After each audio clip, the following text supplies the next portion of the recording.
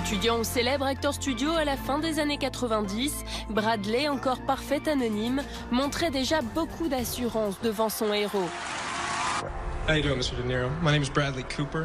Lors d'un casting, De Niro a prédit qu'ils tourneraient un jour ensemble. Et la star d'Hollywood a eu du flair. En 2011, ils se retrouvent côte à côte dans Limitless. Le duo remet ça en janvier 2013 dans Happiness Therapy.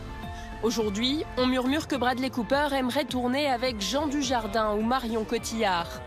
Il y a le tournage lui-même avec ce merveilleux moment de me retrouver au milieu des acteurs.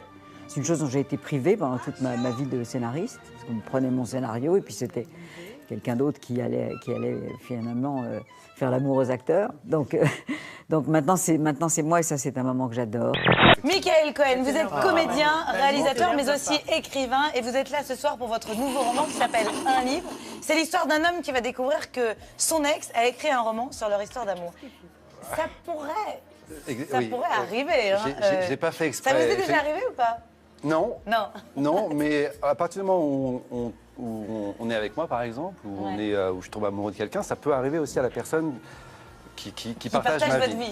Le livre qu'on attendait tous, pardon, c'est vraiment celui-là. Parce que c'est un livre de souvenirs et on sait que vous en avez rencontré des gens intéressants. Tout le monde le sait, des écrivains aux présidents, des reporters aux grands voyageurs, des actrices aux dictateurs, j'en passe et des meilleurs. Ils sont tous dans ce livre-là et toute l'originalité et l'humilité en fait de ce témoignage, c'est justement de ne parler que de vous, mais en vous effaçant derrière ceux qui ont compté, ceux qui vous ont fait en fait. Même le titre, comme le disait Michel, seules les traces font rêver, ce sont des mots que vous empruntez au poète René Char.